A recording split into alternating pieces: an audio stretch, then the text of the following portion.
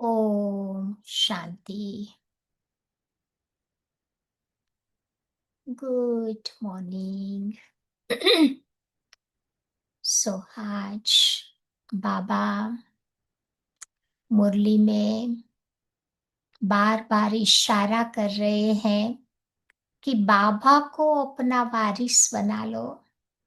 बाबा को जब हम बच्चा बना लेंगे तो हम बाबा पर टोटली सरेंडर हो जाएंगे और हम खुद ट्रस्टी बन करके अपना सारा कारोबार अच्छी तरह से संभाल सकेंगे।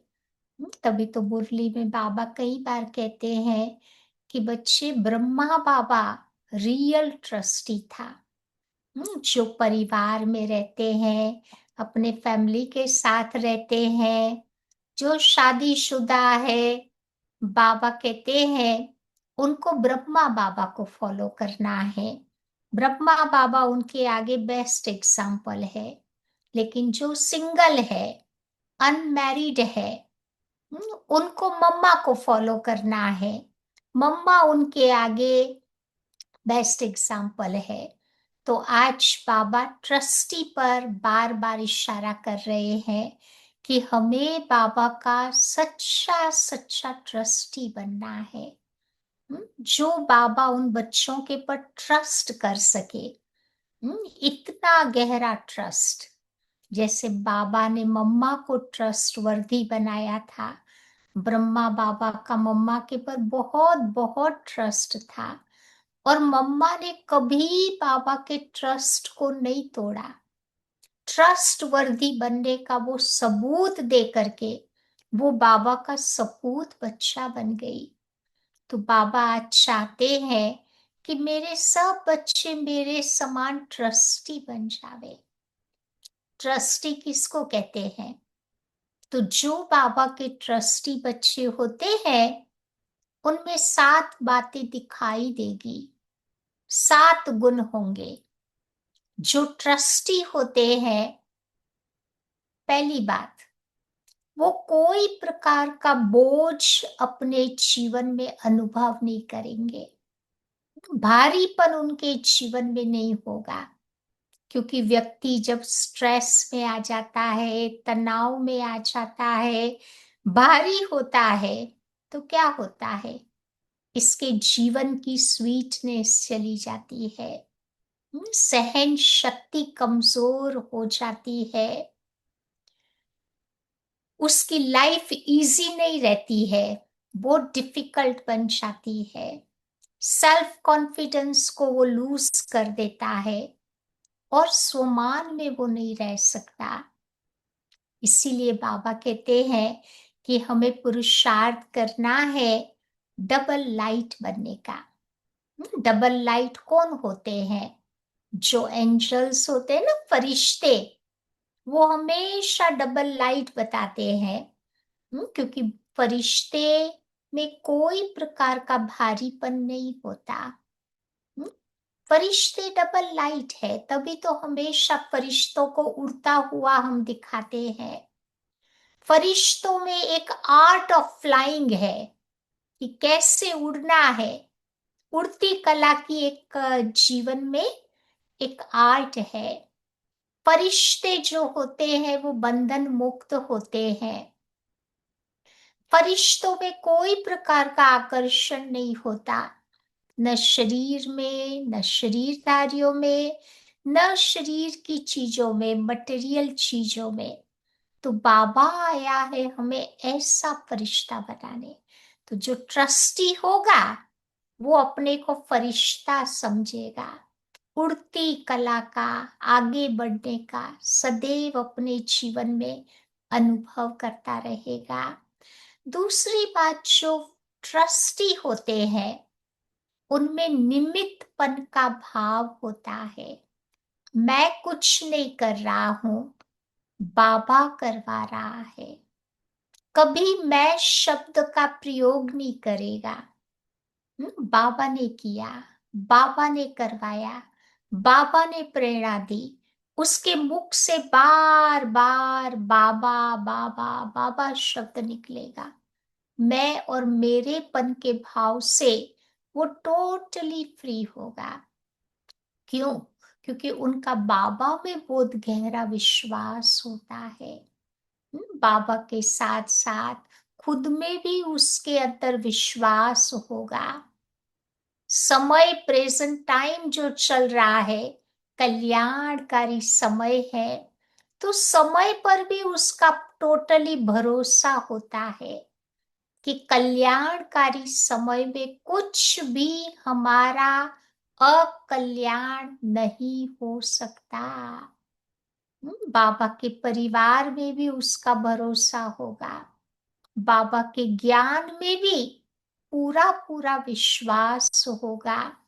तो ऐसा बाबा कहते निमित्त भाव, ऐसा ट्रस्टी बनने से हमारे जीवन में आता है। फिर ट्रस्टी जो होता है वो टोटली सरेंडर होता है, कंप्लीट समर्पण। कंप्लीट समर्पण किसको कहते हैं? कि जो अपने संकल्पों का भी समर्पण करते हैं, कि मेरे अंदर जो संकल्प चल रहे हैं सेवा के ही संकल्प हो। गीत में भी देखा ना, सेवा कितना हमें महान बनाती है। सेवा से जीवन हमारा धन्य धन्य हो जाता है। तो जो मेरे अंदर संकल्प चले वो भी बाबा की सेवा का संकल्प हो। जो मेरा समय जहां पर भी हम यूज कर रहे हैं, समय भी मेरा समर्पित हो। चलो लौकिक जॉब करते हैं, लेकिन बाबा ने मुझे इस जगह पे रखा है इन आत्माओं का कल्याण करने के लिए, तो वो कल्याण की भावना होगी तो हमारा समय भी सफल हो जाएगा, कर्म भी समर्पण होगा। बार बार कर्म करने से पहले अपने कर्मों की बाबा के साथ टैली करेगा कि मेरी जगह ब्रह्मा बाबा होते तो कैसे कर्म करते। तो ये है कर्म का समर्पण। जो चीजें बाबा ने मुझे दी है उसमें भी समर्पण, ट्रस्टी भाव कि ये कुछ मेरा नहीं है, भगवान का दिया हुआ है, बाबा ने मुझे दिया है उसकी सेवा के लिए। देह और देह के संबंधों से भी वो आत्मा समर्पित होगी। ये शरीर भी बाबा ने किस लिए दिया है? सेवा करने के लिए दिया है। मुझे इस शरीर के द्वारा भी अपना भाग्य बना लेना है। जिन संबंधियों के साथ बाबा ने मुझे रखा है उनकी भी मुझे सेवा करनी है। उनका बुद्धि योग भी बार बार बाबा की तरफ हमें ले जाने की कोशिश करनी है, क्योंकि बाबा ने उन बच्चों को हमारे घर में भेजा है। तो हमारा परम कर्तव्य है कि उनको भी सही राह दिखाना। अगर नहीं दिखाया तो यही बच्चे अंत में बहुत उल्लानाएं देंगे। तो इसीलिए बाबा कहते हैं कि वो जो बाबा के ट्रस्टी बच्चे ऐसे सरेंडर होंगे। फिर बाबा के ट्रस्टी बच्चे जो होंगे वो लगाव मुक्त होंगे। कोई प्रकार का लगाव, झुकाव, अटकाव, चटकाव कहाँ पर भी किसी भी व्यक्ति वस्तु में नहीं होगा, क्योंकि लगाव हमें डिपेंडेंट बना देता है। हमारे मन में बहुत सारे नेगेटिव इमोशंस को क्रिएट कर देता है। एक बार क्या था, एक भाई था, उसने दादी प्रकाश मणि को एक प्रश्न पूछा। उसने दादी को कहा कि दादी, बाबा कहते हैं कि किसी के साथ ज्यादा स्नेह प्यार नहीं रखो, लगाव मुक्त बनो। तो इस बात को मुझे अच्छी तरह समझना है क्योंकि जब आप लोग हमारी इतनी सेवा करते हो, इतना हमें संभालते हो, माँ की तरह पालना देते हो, तो इस नाते से नेचुरल है, थोड़ा स्नेह प्यार तो होगा ही होगा। तो क्या मुझे वो स्नेह प्यार नहीं रखना है? बाबा तो कहते किसी को भी याद नहीं करो। तब दादी प्रकाश मणि ने बहुत अच्छा सुंदर जवाब दिया। दादी ने कहा कि देखो, दादी याद आते ही अगर आपको बाबा की याद आती है तो उस प्यार को नहीं छोड़ना चाहिए, परंतु दादी याद आते अगर बाबा भूल जाता है तो फिर वो प्यार नुकसान कारक है। हम्म, तो ये बात बाबा ने हम बच्चों को भी सिखाई है। हम भी तो दादियों को याद करते हैं, मम्मा पापा को याद करते हैं, क्योंकि उनको याद करते ही क्या होता है, हमारा बुद्धि योग बाबा के साथ जुड़ जाता है ना। तो वो स्नेह प्यार सच्चा स्नेह प्यार है जो हमें भगवान की तरफ ले जाता है। हम्म, फिर जो बाबा के ट्रस्टी बच्चे होते हैं वो बहुत बहुत रेस्पॉन्सिबल बच्चे होते हैं, जिम्मेवार बच्चे होते हैं। कोई भी बाबा उनको सेवा देता है ना, बड़ी जिम्मेवारी के साथ वो सेवा करते हैं। जैसे कल मम्मा की विशेषता हम सुन रहे थे। मम्मा की ये विशेषता थी कि जो सेवा बाबा ने मम्मा को दी, मम्मा ने रेस्पॉन्सिबल बन करके बड़ी शिद्दत के साथ वो सेवा की। और एक बार बाबा कोई सेवा दे देता था, बाबा निश्चिंत हो जाते थे, क्योंकि बाबा को पता था कि ये सेवा मम्मा बहुत अच्छी तरह से करके दिखाएगी, एक सुंदर सबूत बाबा को दे देगी। तो देखो, बड़ों को निश्चिंत बनाना, और जो सेवा बाबा हमें देता है कोई कोई मजबूरी से करता है, ड्यूटी समझ के करता है, तो कोई कोई व्यक्ति बहुत प्यार से वो सेवा करते हैं।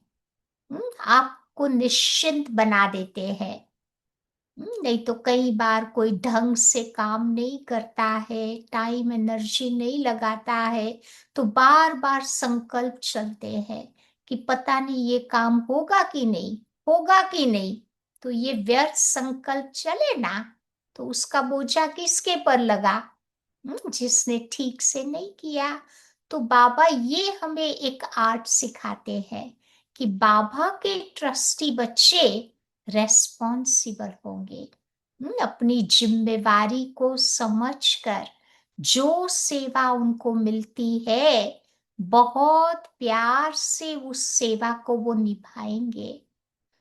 छठी बात, बाबा के जो रेस्पॉन्सिबल बच्चे होते हैं ना, वो ऑनरशिप फ्री होते हैं। कि भाई मैं कुछ भी ऑन नहीं कर रहा हूं, वन हमारा शरीर भी तो हमारा नहीं है ना, सब कुछ बाबा का है। मैं और मेरेपन के भाव से टोटली टोटली वो फ्री होते हैं। फिर बाबा के जो ट्रस्टी बच्चे, उसमें नम्रता की शक्ति होती है। झुक झुक करके चलने वाले होते हैं। जो झुकता है वो सबको झुकाता है। तो ऐसी ह्यूमिलिटी, तो ये 7 बातें बाबा के ट्रस्टी बच्चों के जीवन में होती है। तो आइए सुनते हैं, बाबा इनकी ओर हमारा इशारा भी आज करा रहे हैं। तो आज की बाबा की है 25 तारीख की मुरली। बाबा कहते हैं, मीठे बच्चे, बाप तुम्हें नई दुनिया के लिए राजयोग सिखला रहे हैं। इसलिए इस पुरानी दुनिया का विनाश भी जरूर होना है। आज का प्रश्न है, मनुष्यों में कौन सी एक अच्छी आदत पड़ी हुई है लेकिन उससे प्राप्ति कुछ भी नहीं होती? लोगों के अंदर कौन सी एक अच्छी आदत, बाबा अच्छी आदत बता रहे हैं आज। हम्म तो बाबा कहते हैं मनुष्यों में भगवान को याद करने की जैसे आदत पड़ गई है। कुछ भी थोड़ा भी दुख आएगा, परिस्थितियां कुछ ऐसी वैसी आ गई, तो क्या करते? हे भगवान, हे राम। नहीं तो ऐसे याद तो करते हैं ना। जब कोई बात होती है तो कह देते हैं हे भगवान। दुखी होकर के याद करते हैं। लेकिन हम बाबा के बच्चों को हे बाबा, हे भगवान नहीं कहना है। वाह बाबा वाह, दुख के शब्द नहीं यूज करने हैं। तो बाबा कहते जब हे भगवान कहते हैं तो सामने शिवलिंग आ जाता है। लेकिन पहचान यथार्थ न होने के कारण उनको प्राप्ति नहीं होती है। फिर वो कह देते कि भगवान ही सुख दुख सब कुछ देता है। लेकिन तुम बच्चे ऐसे नहीं कहेंगे। भगवान तो दुख हरता सुख करता है। वो कभी किसी को दुख नहीं दे सकता। तो दुख कौन देता है? दुख हमारे कर्म देते हैं। अच्छे कर्म करते हैं तो सुख का अनुभव होता, बुरे कर्म होते तो दुखी बन जाते। ओम शांति। बाप जिसको रचता कहा जाता है, किसका रचता? तो नई दुनिया का रचता। नई दुनिया को कहा जाता है स्वर्ग व सुख धाम।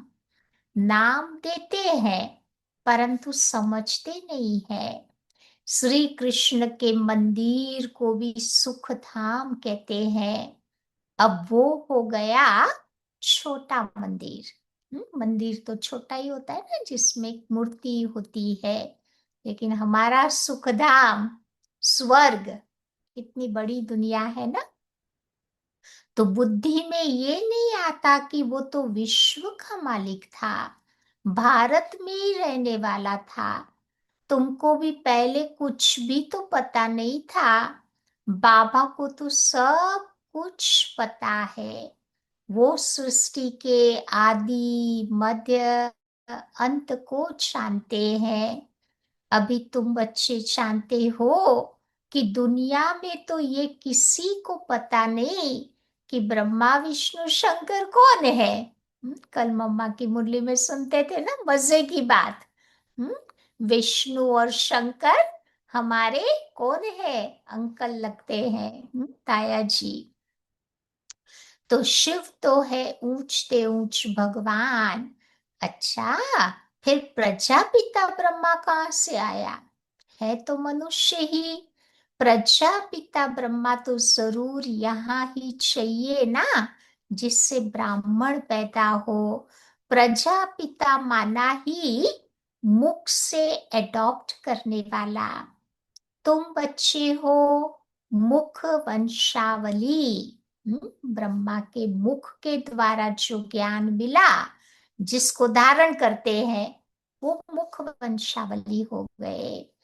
अब तुम बच्चे जानते हो कैसे ब्रह्मा को बाबा ने अपना बनाकर मुख वंशावली बनाया है, इनमें प्रवेश भी किया है। फिर बाबा ने इनको कहा कि तुम हमारा बच्चा हो। तुम जानते हो ब्रह्मा नाम कैसे पड़ा, कैसे पैदा हुआ? ये और कोई नहीं जानते। सिर्फ बैठ करके महिमा गाते हैं। परम पिता परमात्मा ऊंचते ऊंच है, परंतु ये कोई की बुद्धि में नहीं आता कि ऊंचते ऊंच एक बाप है। हम सभी आत्माओं का वो पिता है। वो भी बिंदु रूप ही है। उनमें सृष्टि के आदि मध्य अंत का ज्ञान है। ये नॉलेज भी तुम बच्चों को अभी मिली है। पहले जरा भी तुम्हारे में ज्ञान नहीं था। पहले कुछ भी तो नहीं जानते थे ना। मनुष्य सिर्फ कहते रहते हैं ब्रह्मा, विष्णु, शंकर, परंतु जानते कुछ भी नहीं। तो उन्हों को ही समझाना है। अभी तुम बच्चे समझदार बने हो, तुम जानते हो कि बाप ज्ञान का सागर है, जो हमको आकर के ज्ञान सुनाते हैं, पढ़ाते हैं। ये राजयोग है ही सतयुगी नई दुनिया के लिए। तो जरूर पुरानी दुनिया का विनाश होना चाहिए। और विनाश के लिए कौन सी चीज है? तो बाबा कहते महाभारत ये लड़ाई है। आधा कल्प से लेकर तुम भक्ति मार्ग के शास्त्र पढ़ते आए हो। अब तो बाबा से तुम बच्चे डायरेक्ट सुनते हो। बाबा कोई शास्त्र बैठकर नहीं सुनाते हैं। जप तप करना, शास्त्र आदि पढ़ना, ये तो सब भक्ति हो गई। अब भक्तों को भक्ति का फल चाहिए, क्योंकि मेहनत करते ही है एक भगवान से मिलने के लिए।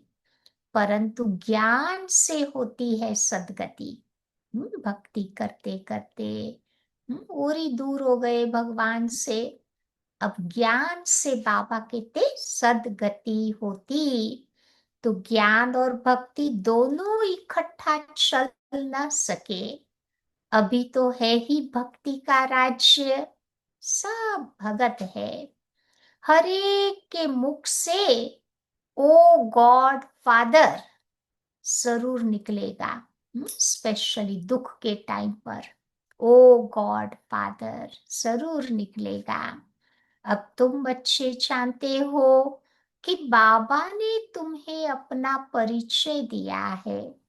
कौन सा परिचय बाबा ने दिया है? कि मैं एक छोटी सी बिंदी हूँ, मुझे ज्ञान का सागर कहते हैं। मुझ बिंदु में सारा ज्ञान भरा हुआ है। आत्मा में ही नॉलेज रहती है। अभी तुम बच्चे समझते हो कि उनको परम पिता, परम आत्मा कहा जाता। वो है सुप्रीम सोल। सबसे ऊंचते ऊंच पतित पावन बाप सुप्रीम है ना। मनुष्य हे भगवान कहेंगे तो उन्हें शिवलिंग ही याद पड़ेगा। भक्ति में वो नहीं समझते कि भगवान पॉइंट ऑफ लाइट है। उनको बड़ा सा शिवलिंग याद आ जाता।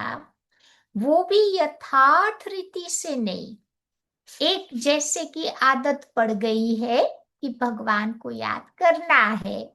अब भगवान ही सुख दुख देता है। अभी तुम बच्चे ऐसे नहीं कहेंगे बाबा ही सुख दुख देता, हम ऐसे नहीं कहेंगे। तुम जानते हो कि बाबा तो सुखदाता है। सतयुग में सुख धाम था, वहां दुख का नाम निशान नहीं था। कलयुग में तो है ही दुख, यहाँ सुख का नाम निशान नहीं। कल सतयुग में दुख का नहीं था, तो यहाँ सुख का नहीं। तो ऊंचे ते ऊंचा भगवान वो है सर्व आत्माओं का बाप। ये किसी को भी पता नहीं है कि आत्माओं का बाप भी है। कहते भी है ना कि हम सब ब्रदर्स है। तो जरूर सब एक बाप के बच्चे ठहरे ना। कोई फिर कह देते हैं कि परमात्मा सर्वव्यापी है, तेरे में भी है मेरे में भी है। तो बाबा कहते हैं कि अरे तुम तो आत्मा हो, ये तुम्हारा शरीर है, फिर तीसरी चीज कैसे हो सकती? भगवान अगर हमारे अंदर में बैठा हो, भगवान है शांति का सागर, तो हम दुख का सागर कैसे बन सकते हैं? पॉसिबल ही नहीं है। आत्मा को परमात्मा थोड़ी कहेंगे। जीव आत्मा कहा जाता है, जीव परमात्मा नहीं कहा जाता। फिर परमात्मा सर्वव्यापी कैसे हो सकता? बाप सर्वव्यापी होता तो फिर फादरहुड हो जाता। फादर को फादर से वर्षा थोड़ी मिलेगा। हम्म? कहते ना brotherhood, we want brotherhood, not fatherhood.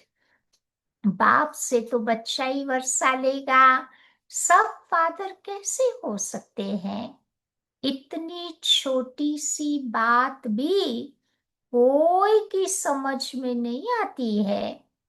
तब तो बाबा कहते हैं कि बच्चे, हमने आज से 5,000 वर्ष पहले तुमको कितना समझदार बनाया था। तुम बच्चे एवर हेल्थी, एवर वेल्थी और समझदार थे। कब? सतयुग त्रेता में थे ना। इससे जास्ती समझदार कोई हो ही नहीं सकता। तुमको अभी जो समझ मिली है, ये समझ फिर वहां नहीं होगी। ये ज्ञान बाबा कहते वहां नहीं होगा सतयुग में। अब ये थोड़ी मालूम रहता है कि हम फिर गिरेंगे, सीढ़ी नीचे उतरेंगे, ये पता नहीं रहता। अब ये मालूम हो तो फिर सुख की वासना नहीं आवे। फिर तो चिंता हो जाएगी कि अरे फिर ऐसे उतरना है सीढ़ी। ये ज्ञान प्रायः लोप हो जाता। ये ड्रामा का ज्ञान सिर्फ अभी तुम्हारी बुद्धि में है।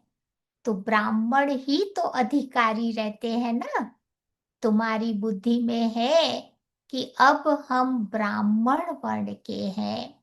ब्राह्मणों को ही बाबा बैठ ज्ञान सुनाते हैं। ब्राह्मण फिर सबको सुनाते हैं। तभी तो गायन भी है ना कि भगवान ने आकर के स्वर्ग की स्थापना की थी, राजयोग सिखाया था। देखो श्री कृष्ण जयंती मनाते हैं, समझते हैं कि श्री कृष्ण वैकुंठ का मालिक था, परंतु वो तो विश्व का मालिक था। ये बात उनकी बुद्धि में नहीं आती। पूरी सृष्टि पर भारत ही तो होगा, और सारे कॉन्टिनेंट तो बाबा कहते आपस में लड़ झगड़ कर समाप्त हो जाएंगे। जब उनका राज्य था तो और कोई धर्म नहीं था, उनका ही सारे विश्व पर राज्य था और जमुना के किनारे था। अब तुमको ये सब बातें कौन समझा रहा है? तो कहेंगे भगवान वाच। बाकी जो भी वेद शास्त्र आदि सुनाते वो है भक्ति मार्ग के। यहाँ तो खुद भगवान बैठ तुम बच्चों को सुना रहे हैं। अभी तुम समझते हो हम पुरुषोत्तम बन रहे हैं। तुमको ही ये बुद्धि में है कि हम शांति धाम के रहने वाले हैं। फिर हम आकर 21 जन्मों की प्रारब्ध भोगेंगे। यहाँ से पहले हम अपने घर जाएंगे। फिर बाबा कहते सतयुग त्रेता और एक संगम का मिलाकर 21 जन्मों की प्रारब्ध भोगेंगे। तो तुम बच्चों को अंदर में खुशी से गद गद होना चाहिए। क्यों गद गद हो जाना चाहिए? क्योंकि तुम्हें मालूम है कि बेहद का बाबा शब बाबा बैठ हमें पढ़ा रहे हैं। बाबा है ज्ञान का सागर, सृष्टि के आदि मध्य अंत को जानता है। तो ऐसे बाबा हमारे लिए आया है, तो खुशी में गुदगुदी होती है ना। बाबा को कहते भी है कि बाबा, हमने आपको अपना वारिस बनाया है। वारिस बनाना माना भगवान को अपना बच्चा बनाना, कितनी बड़ी बात हो गई। तो बाप हमेशा बच्चों पर वारी जाते हैं। बच्चे फिर कहते हैं कि भगवान, आप जब आएंगे तो हम आप पर वारी जाएंगे। वारी जाना मन बलिहार हो जाएंगे, सरेंडर हो जाएंगे, अर्थात हम आपको अपना बच्चा बनाएंगे। तो ये भी अपने बच्चों को ही तो वारिस बनाते हैं ना। बाबा को वारिस तुम बच्चे कैसे बनाएंगे? भगवान को अपना बच्चा कैसे बनाएंगे? तो ये भी तो बड़ी गुह्य बात है ना। अपना सब कुछ एक्सचेंज करना, इसमें बुद्धि का काम है। अब गरीब बच्चे तो झट एक्सचेंज कर लेते हैं, शाहूकार बड़ा मुश्किल से करेंगे। शाहूकारों के पास बहुत होता है ना, तो उनको बहुत सोचना पड़ता है। गरीब बच्चों के पास जस्ट इनफ है, तो ज्यादा सोचने की दरकार नहीं। तो जब तक पूरी रीति ज्ञान न उठावे, इतनी हिम्मत नहीं रहती। गरीब तो झट कह देते हैं कि बाबा, हम तो आपको अपना वारिस बनाएंगे। हमारे पास रखा ही क्या है। वारिस बनाकर फिर शरीर निर्वाह भी अपना करना है, अपने को ट्रस्टी भी समझना है। ट्रस्टी बनने की बाबा तुम बच्चों को बहुत युक्तियां बताते रहते हैं। बाबा तो सिर्फ देखते हैं कि कोई पाप कर्म में तो बच्चे पैसा खराब तो नहीं करते हैं। अब हम बाबा के हो गए तो हमारा पैसा भी बाबा का हो गया। तो अच्छे कार्य में बाबा कहते उसको यूज करना है।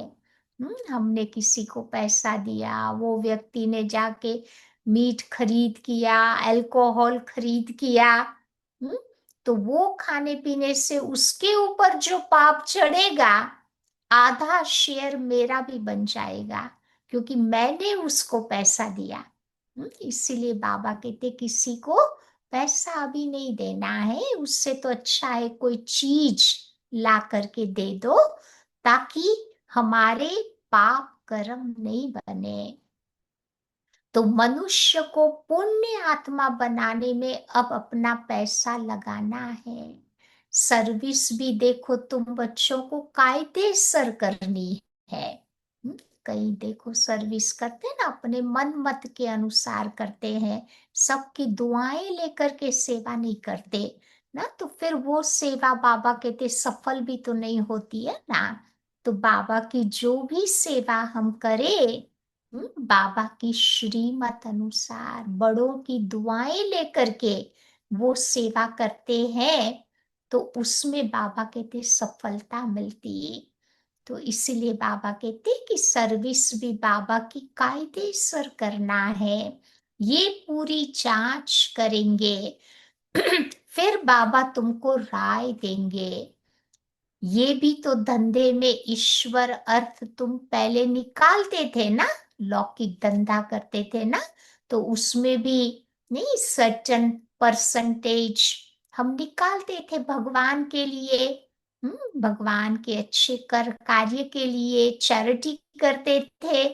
अभी भी हम करते हैं। बाबा के बच्चे बन गए, कुछ बाबा के लिए निकालते हैं, ताकि बाबा की सेवा में वो यूज हो सके। तो वो था इनडायरेक्ट। भक्ति में सारा इनडायरेक्ट किया। अभी हम डायरेक्ट करते हैं।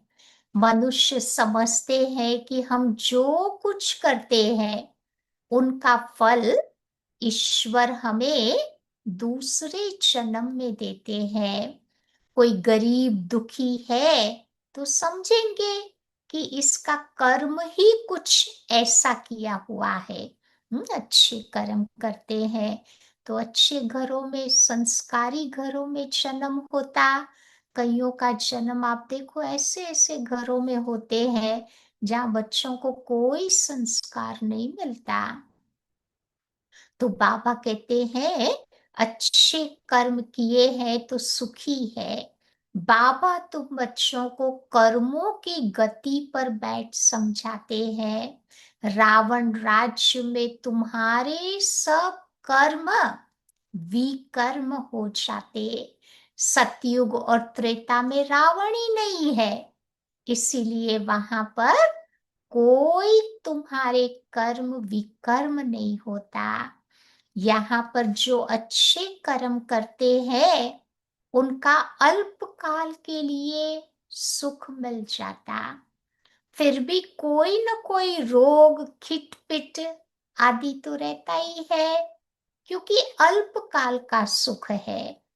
तो अभी बाबा कहते हैं कि ये रावण राज्य ही खत्म होने वाला है। राम राज्य की स्थापना शिव बाबा फिर से कर रहे हैं। तुम जानते हो ये चक्र कैसे फिरता है। भारत ही फिर गरीब हो जाता। सतयुग त्रेता में सोचो भारत कितना शाहूकार था, फिर धीरे धीरे बाबा कहते वही भारत गरीब बन जाता। भारत आज से 5,000 वर्ष पहले स्वर्ग था। इन लक्ष्मी नारायण का राज्य था। पहले गद्दी इनकी चली थी। श्री कृष्ण प्रिंस, फिर स्वयंवर किया तो राजा बन गया। पहले प्रिंस होता है, फिर स्वयंवर के बाद वो नारायण बन जाते, महाराजा बन जाते। तो इन लक्ष्मी नारायण का वहां राज्य था। पहले गद्दी इनकी चली थी। श्री कृष्ण प्रिंस, फिर स्वयंवर के बाद राजा बना। श्री नारायण नाम भी पड़ा। ये भी अभी तुम बच्चे समझते हो तो तुमको बड़ा वंडर लगता कि बाबा आप सारे रचता और रचना की नॉलेज हमें सुनाते हो। आप हमको कितना ऊंचा पढ़ाते हो। बलिहार जाओ, हमको तो सिवाय एक बाप के और कोई को याद नहीं करना है। तुम बच्चों को अंत तक ये पढ़ाई पढ़ते ही रहना है, और अपने टीचर को भी जरूर याद करते रहना है। स्कूल में टीचर को याद तो करते हैं ना। उन स्कूलों में तो कितने सारे टीचर्स होते। दुनिया के स्कूलों में कितने सारे टीचर्स होते। यहाँ तो बाबा is only one teacher, all in one, सब कुछ एक में ही है। तो यहाँ तो एक ही टीचर है, और ये तुम्हारा टीचर कितना लवली है। तो तुम्हारा बाप भी लवली, टीचर भी लवली, तो सतगुरु भी लवली। आगे भक्ति मार्ग में अंधश्रद्धा से तुम याद करते थे, अभी तो बाबा तुमको डायरेक्ट पढ़ाते हैं। तो बच्चों को कितनी न खुशी होनी चाहिए। फिर भी बच्चे कहते हैं, इतनी खुशी बाबा कहते चढ़नी चाहिए। लेकिन फिर भी बच्चे बाबा को क्या कहते हैं कि बाबा हम घड़ी घड़ी आपको भूल जाते हैं। हम्म, पता नहीं हमारी बुद्धि आपको क्यों याद नहीं करती है। गाते भी है, ईश्वर की गत मत न्यारी है। बाबा आपकी गति और सदगति की मत तो बड़ी वंडरफुल है। ये सारी बातें बच्चे समझते हैं, रियलाइज करते हैं, फिर भी बाबा को कहते हैं कि बाबा घड़ी घड़ी आपको भूल जाते हैं। तो ऐसे बाबा को तो याद करना चाहिए ना। देखो, स्त्री अपने पति के गुण गाती ही रहती है। कैसा भी पति होता है फिर भी गुण गाती रहती है ना, कि ये तो बड़ा अच्छा है, ये उनकी प्रॉपर्टी है। तो उसको अंदर में कितनी खुशी रहती है। तो ये बाबा तो तुम्हारा पतियों का भी पति है, बापों का भी बाप है। तो इनसे हमको कितना सुख मिलता है, और सबसे तो दुख ही मिलता। हाँ, टीचर से सुख मिलता है क्योंकि पढ़ाई से ही तो इनकम होती है ना। गुरु हमेशा किया जाता है वानप्रस्थ अवस्था में। पहले के जमाने में आप सबको पता है ना, 60 साल के हो जाते थे तब जाके गुरु करते थे। अभी आजकल तो गारंटी ही नहीं है कि 60 साल तक जिएंगे या नहीं। तो जल्दी जल्दी गुरु भी करा देते हैं। तो बाबा भी कहते हैं कि मैं भी वानप्रस्थ में आया हूँ, ये भी वानप्रस्थी, मैं भी वानप्रस्थी। ब्रह्मा बाबा भी तो 60 साल के थे ना, तभी शुभ बाबा ने प्रवेश किया ना। तभी कहते हम दोनों वानप्रस्थी है। ये सब मेरे बच्चे भी वानप्रस्थी। वानप्रस्थी माना अभी वाणी से परे की स्थिति में हमें जाना है। तो बाप टीचर गुरु तीनों इकट्ठे हैं। बाप टीचर भी बनते हैं, फिर गुरु बन करके तुम बच्चों को अपने साथ ले जाते हैं। उस एक बाप की महिमा देखो कितनी है। ये बातें और कोई शास्त्र आदि में नहीं है। बाबा हर बात को तुम बच्चों को अच्छी रीति समझाते हैं। इनसे ऊंची नॉलेज और कोई नहीं होती, और न जानने की कोई दरकार रहती।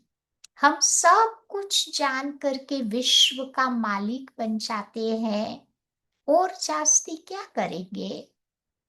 बच्चों की बुद्धि में ये सब है, तब तो खुशी में और उसकी याद में रहे। पुण्य आत्मा बनने के लिए बाबा को याद जरूर करते रहना चाहिए।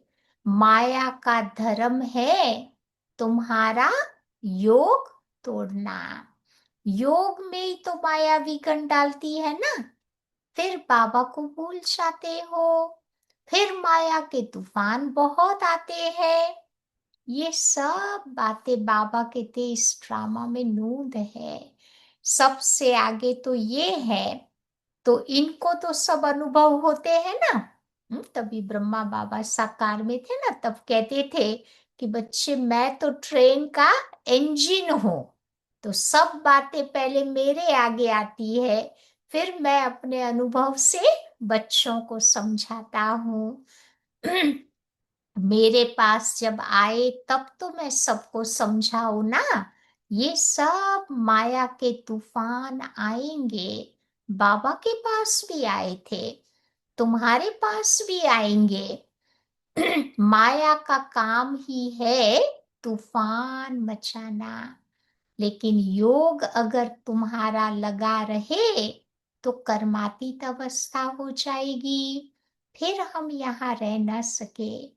कर्मातीत अवस्था हो जाएगी तो फिर हम सब चले जाएंगे। शिव की बारात गाई हुई है ना। शिव बाबा आए तब हम सब आत्माएं वापस अपने घर जाए। तो शिव बाबा आते ही है सब आत्माओं को ले जाने के लिए। सतयुग में इतनी आत्माएं थोड़ी होंगी।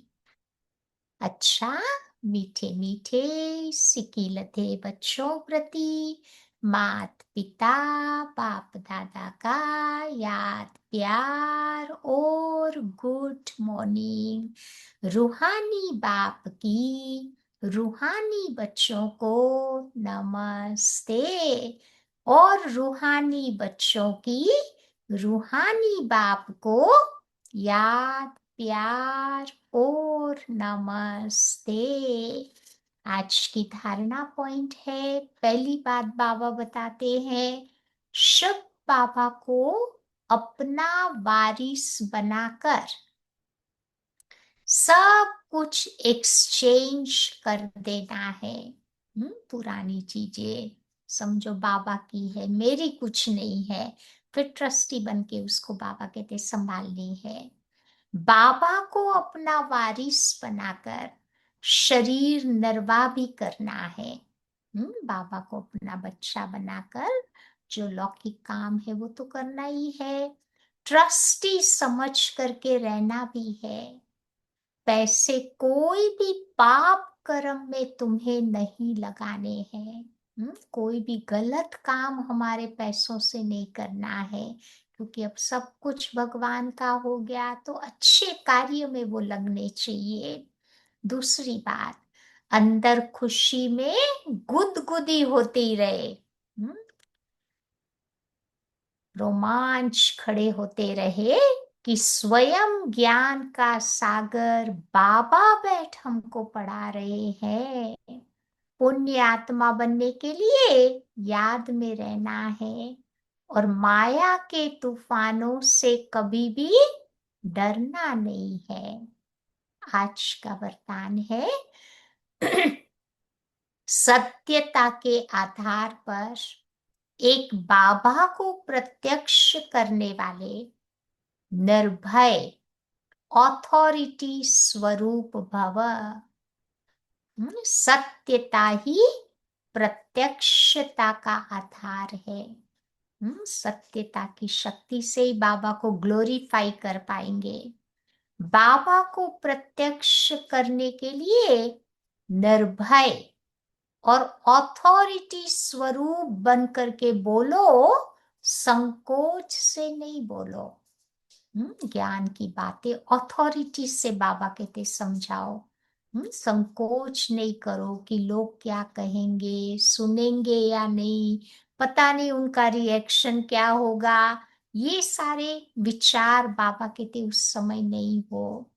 जब अनेक मत वाले सिर्फ एक बात को मान लेंगे कि हम सबका बाप एक ही है, वही अब कार्य कर रहे हैं, तो हम सब एक की संतान एक है और ये एक ही यथार्थ है, तो विजय का झंडा लहरा जाएगा।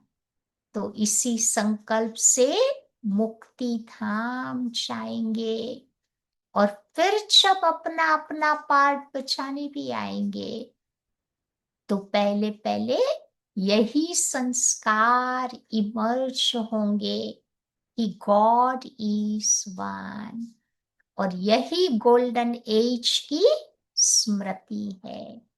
हम सब एक बनकर एक बाबा को याद करेंगे तो एक बाबा की प्रत्यक्षता हो जाएगी लास्ट में। तो वही संस्कार लेके आत्मा जाएगी, फिर भक्ति में वही कहेगी कि गॉड इज वन। स्लोगन, सहन करना ही स्वयं के शक्ति रूप को प्रत्यक्ष करना है।